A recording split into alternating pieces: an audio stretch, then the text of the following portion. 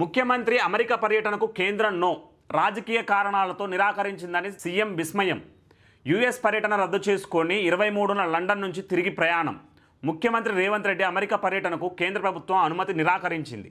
ఈ నెల 23న లండన్ నుంచి అమెరికా వెళ్లాల్సి ఉండగా అనుమతి నిరాకరిస్తూ రాష్ట్ర ప్రభుత్వానికి కేంద్ర విదేశాంగ మంత్రిత్వ శాఖ నుంచి లేఖ అందింది.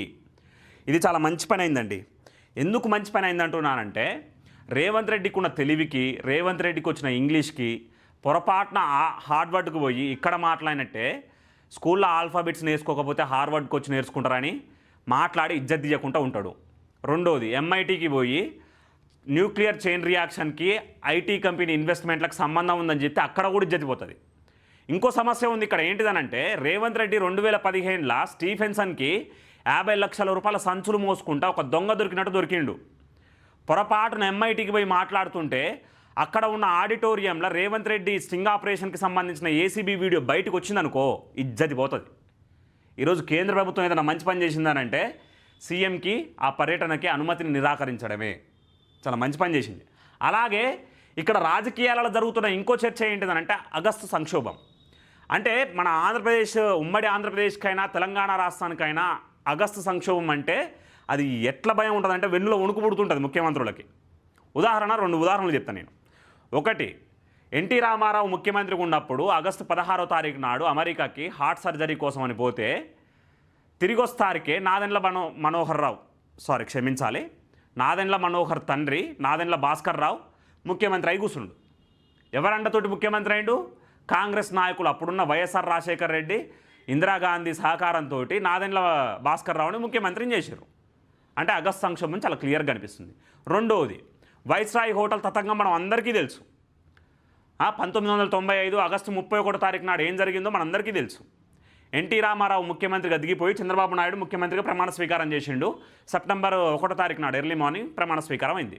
వైస్రాయ్ హోటల్ ఇన్సిడెంట్ మాత్రం ఆగస్టు 31కే అయింది.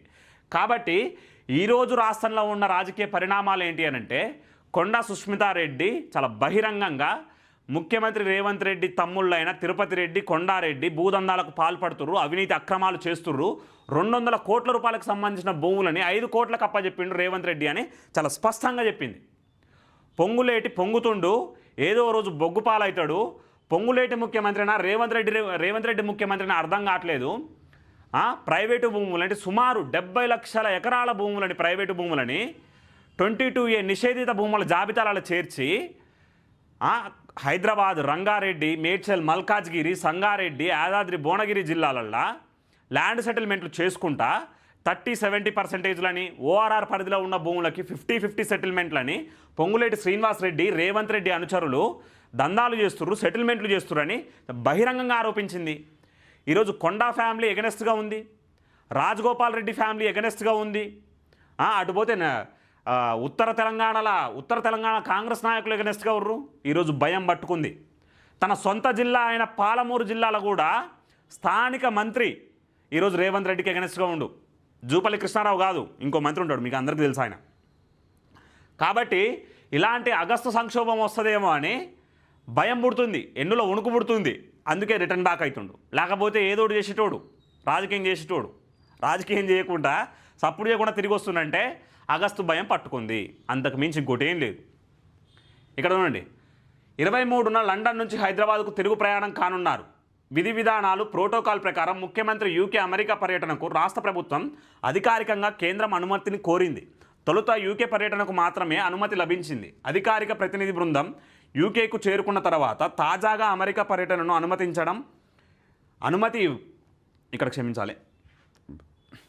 తాజాగా అమెరికా పర్యటనకు అనుమతి ఇవ్వడం లేదని కేంద్రం సమాచారం ఇచ్చింది.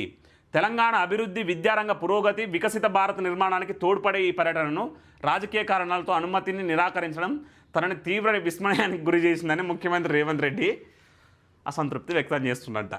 ఈయన ముఖ్యమంత్రి అయిన కాడించి ఏమేమి ఐటీ కంపెనీస్ వచ్చి ఇన్వెస్ట్మెంట్స్ చేసినాయండి? విద్యాశాఖ ఏమన్నా అభివృద్ధి అయిందా? ఇక్కడ ఉన్న చక్కదనమే సరిగ్గా లేదు బాబు. ఏదైనా పరిష్కారం చూపి విద్యాశాఖని మెరుగు చేయనంటే ఈ సెంటిమెంట్ డైలాగులు మాట్లాడతాడు. నేనేం పోర్ట్ఫోలియో తీసుకున్నా అండి? రెవెన్యూ తీసుకున్నానా, ఆర్థిక శాఖ తీసుకున్నానా, నీటిపారుదల శాఖ తీసుకున్నానా, ఆ రోడ్స్ అండ్ డెవలప్మెంట్ మినిస్ట్రీ తీసుకున్నానా, ఐటీ శాఖ తీసుకున్నానా, ఎప్పుడు తిట్లు పడే విద్యాశాఖను తీసుకున్నా అంటాడు. అంటే విద్యను బాగు చేయాలని అంటాడు. నీకు విద్య వస్తే కదా, నీకు అనుభవం ఉంటే కదా, నీకు చదువు వస్తే కదా అట్లాంటివి చేయాల్సింది. ఈరోజు కాంగ్రెస్లో ఎవరు సమర్థవంతులు లేరా? ఈరోజు ఐటీ శాఖ మంత్రి సమర్థవంతుడిగా కొద్దిగా గొప్ప మీరు అందరిలో బెటరే కదా, మరి ఆయనకు విద్యాశాఖనిస్తే ఏంది? మన్నేమంటాడు, ఇంజనీరింగ్ విద్యార్థులని ఉద్దేశించి క్రిమినల్ వేస్ట్ అంటాడు. ఇప్పుడు వాళ్ళకంట సర్టిఫికేట్స్ క్షమించాలి, అప్లికేషన్ ఫామ్స్ నింపడం కూడా రాదంట. రేవంత్ రెడ్డి స్వయంగా ఏమంటాడండి, ఇంజనీరింగ్ విద్యార్థులని క్రిమినల్ వేస్ట్ అంటాడు. వాళ్ళకి అప్లికేషన్ ఫామ్స్ కూడా నింపడం రాదంట. మరి ఈయన ఒక్కడే ఉండి నామినేషన్ ఫామ్స్ నింపుతాడా? సొంతంగా నామినేషన్ ఫామ్లు కూడా నింపలేడు. అని తెలివితేటలు లేవు, అంత నాలెడ్జ్ లేవు, అంత ఇంగ్లీషు రాదు. ఇలాంటి వ్యక్తి ఈరోజు ఇంజనీరింగ్ విద్యార్థులను క్రిమినల్ వేస్ట్ అంటాడు. ఈరోజు జీవో నెంబర్ 97 తెచ్చి పాలిటెక్నిక్ విద్యార్థులను మోసం చేస్తాడు, వాళ్ళని లేబర్ లెక్క తయారు చేస్తాడు. ఆ లేటరల్ ఎంట్రీ ద్వారానే సంవత్సరానికి 10,000 మంది విద్యార్థులు డిప్లొమా పూర్తి చేసి డైరెక్ట్గా ఇంజనీరింగ్ చేస్తున్నారనే మినిమం పరిజ్ఞానం లేదు రేవంత్ రెడ్డికి. ఈయనే విద్యాశాఖ మంత్రి. ఈరోజు రాష్ట్రంలో 8.2% జీడిపిని కూడా కేటాయించట్లేడు విద్యాశాఖకి. ఈయన ఏం ముఖ్యమంత్రి?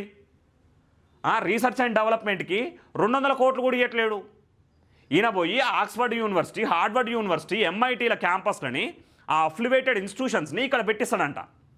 నీకు దమ్ముంటే ఇక్కడ ఉన్న Osmania university, Kakatiya university, JNTU university, Palamuru, Satavahana, NALSAR వీటిని బాగు చేయి. సెంట్రల్ యూనివర్సిటీ ఆఫ్ హైదరాబాద్ని బాగు చేయి. నిధులు కేటాయించు. రీసెర్చ్ అండ్ డెవలప్మెంట్కి ఎక్కువ నిధులు. మనకు సామర్థ్యం ఉంది కదా, మనకి భూములు ఉన్నాయి కదా, ఇన్స్టిట్యూషన్స్ ఉన్నాయి కదా, ఇన్ఫ్రా క్రియేట్ చేయి. కేవలం డిగ్రీ కాలేజీలలో సుమారు 70% పోస్టులు వేకెన్సీలు ఉన్నాయి. ఆ విషయాలు బయటికి చెప్పడం వల్ల యూనివర్సిటీలలో కూడా ఖాళీలు ఉన్నాయండి. కొంచెమన్నా సిగ్గుండాలి బయటికి పోయి మాట్లాడుతందుకు. రాజకీయాలకు అతీతంగా ఆలోచించాలి సీఎం రేవంత్ రెడ్డి. కేంద్రం నిర్ణయంపై ముఖ్యమంత్రి రేవంత్ రెడ్డి ఇలా స్పందించారు. ఈ పర్యటన ఉద్దేశం ఒకటే, కేంద్రం తీసుకొచ్చిన నూతన విద్యా విధానంలో భాగంగా ప్రపంచంలోని ప్రఖ్యాత విద్యా సంస్థలను భారత్కు, తెలంగాణకు, హైదరాబాద్కు తీసుకురావడం. అట్లా చేస్తే మంచి పనే, కానీ నువ్వేం చేస్తున్నావు అంటే దేశ విద్రోహ శక్తులతో చేతులు కలిపి వాళ్ళ ఫండ్స్ నుంచి వాళ్ళు కుదిరించిన మీటింగ్లకు పోయి వాళ్ళ తరపున మాట్లాడుతున్నావు. వాళ్ళ తరపున మాట్లాడి దేశ వ్యతిరేక శక్తులకు సంబంధించిన ఇన్స్టిట్యూషన్స్ని తీసుకొచ్చి ఇక్కడ అఫిలియేటెడ్ క్యాంపస్లు పెట్టాలని ట్రై చేస్తున్నావు. అందుకు కదా అనుమతించకపోవడం. ఈయనేమంటాడు, నూతన విద్యా విధానం ఏం చెప్తుంది? ఇండియనైజేషన్ ఆఫ్ ఎడ్యుకేషన్ రావాలని చెప్తుంది. సైన్స్ అండ్ టెక్నాలజీని ఎక్కువ ఇంప్లిమెంట్ చేయాలని చెప్తుంది. నీ లెక్క న్యూక్లియర్ సైన్స్ న్యూక్లియర్ చైన్ రియాక్షన్కి ఐటీ కంపెనీస్కి సంబంధం ఉందని చెప్పట్లే. ఇక్కడ రీసెర్చ్ అండ్ డెవలప్మెంట్కి ఎక్కువ నిధులు కేటాయించాలని, సైన్స్ అండ్ టెక్నాలజీకి ఎక్కువ నిధులు కేటాయించాలని, ఆర్టిఫిషియల్ ఇంటెలిజెన్స్, మిషన్ లెర్నింగ్కి ఎక్కువ నిధులు కేటాయించాలని, డిఫరెంట్ టైప్స్ ఆఫ్ డిపార్ట్మెంట్స్ని ఇన్స్టిట్యూషన్స్లా, యూనివర్సిటీలల్లో ఏర్పాటు చేయాలని ఈరోజు కేంద్ర ప్రభుత్వం చెప్తుంటే, నువ్వు దేశ విద్రోహ శక్తులతోటి, జార్జ్ సోరస్ ఫండ్ తోటి ఈరోజు పర్యటనలు చేసుకుంటా, వాళ్ళ వ్యక్తులతోటి సంబంధాలు ఏర్పరచుకుంటా ఈరోజు దేశానికి వెన్నుపోటు పొడిచే ప్రయత్నం చేస్తున్నారు రేవంత్ రెడ్డి. హైదరాబాద్కు తీసుకురావడం అత్యుత్తమ ఐవీ లీగ్ విశ్వవిద్యాలయాలు, ప్రపంచంలోని అగ్రశ్రేణి విద్యా సంస్థల నుంచి విద్యా నైపుణ్యాలు, శిక్షణ పొందాలన్న మన యువత ఆకాంక్షలకు ఇవి సమాధానంగా నిలిచేవి. దేశ నిర్మాణం, యువత భవిష్యత్తు విషయంలో అందరూ రాజకీయాలు, ఎన్నికలకు అతీతంగా ఆలోచించాలంట. ఇప్పుడు రాజకీయాలు ఎవరు చేస్తున్నారు? ఇప్పుడు నీ అసమర్థత, నీకు ఇంగ్లీష్ రాదు, నువ్వు మాట్లాడలేకపోయి, నువ్వు విద్యాశాఖ మంత్రిని, ఎవరు ఉంటారు ఐటీ శాఖ మంత్రి పేరు గుర్తురాట్ల సమయానికి, కానీ ఆయన చేస్తే కొంత మంచిగా మాట్లాడతాడు, ఇంగ్లీష్ కమ్యూనికేట్ చేస్తాడు. నువ్వు పోయి హార్వర్డ్, ఎంఐటీలలో ఇజ్జత్ తీసుకుంటావని ముందు జాగ్రత్తతోటి నీ పరువు నువ్వు తీసుకోకూడదని ఈరోజు కేంద్ర ప్రభుత్వం అనుమతి ఇవ్వట్లేదు. అది అర్థం చేసుకో. ఇంగ్లీష్ నేర్చుకో అంటే బట్టల షాపులలో పనిచేసేటోడు కూడా ఇంగ్లీష్ మాట్లాడతాడు, నేను ఇంగ్లీష్ మాట్లాడినంటావు. మళ్ళీ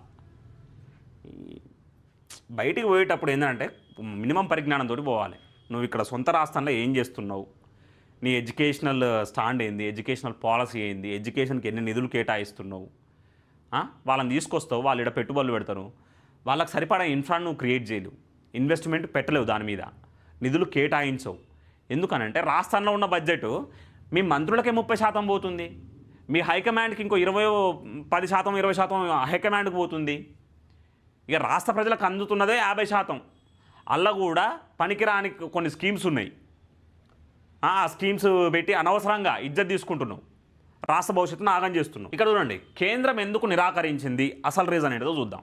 ఇప్పటివరకు రాజకీయ కారణాలు చెప్పుకున్నాం, రాజకీయ కారణాలైనా లేకపోతే విశ్లేషణాత్మకంగా ఈయన అసమర్థత అయినా ఇట్లాంటి వ్యక్తి పోయి ఇంగ్లీష్ మాట్లాడితే ఇజ్జతి పోద్దని నిరాకరించిందని మనం చెప్పుకున్నాం. అసలైన కారణం చూద్దాం. అంటే అఫీషియల్ కారణం, అసలైన కారణాలు తెర వెనకాల చాలా ఉంటాయి. అఫీషియల్ కారణం చూద్దాం. కేంద్రం ఎందుకు నిరాకరించింది? సీఎం అమెరికా పర్యటనలో ఈ నెల 26న న్యూయార్క్లో ఇండియన్ ఓవర్సీస్ కాంగ్రెస్ యుఎస్ఏ నిర్వహించనున్న మీట్ అండ్ గ్రీట్లో ప్రసంగించనున్నట్లు షెడ్యూల్లో పొందుపరిచారు. ఎందుకు రాహుల్ గాంధీ అసమర్థుడని చెప్తుర్రా మీరు? కాంగ్రెస్ని మీరే రిప్రజెంట్ చేస్తుర్రు. ఆడికి పోయి మళ్ళీ నీ వచ్చిరాని హిందీ వచ్చిరాని ఇంగ్లీష్ మాట్లాడినావు అనుకో, కాంగ్రెస్ ఇంత బలహీనంగా ఉందా అని అంటారు. అక్కడ ఉన్న ఇంతకుముందు డెమోక్రటిక్ పార్టీ అధినేతలు మీకు డబ్బులు పంపించినట్టుగా కాంగ్రెస్ పార్టీకి 20,000 కోట్లు ఏమో ఎన్నికల సమయంలో. మరి వాటిని అనవసరంగా పంపుతున్నాం ఇట్లాంటి అసమర్థులు, కానీ వాళ్ళు మళ్ళీ రిగ్రెట్గా ఫీల్ అవుతారు. కాబట్టి మీరు మాట్లాడకపోవడం మంచిది, నిరాకరించడం మంచిదైంది. మీకు మళ్ళీ నిధులు రావాలి బయట శక్తుల నుంచి, బయటి వ్యక్తుల నుంచి.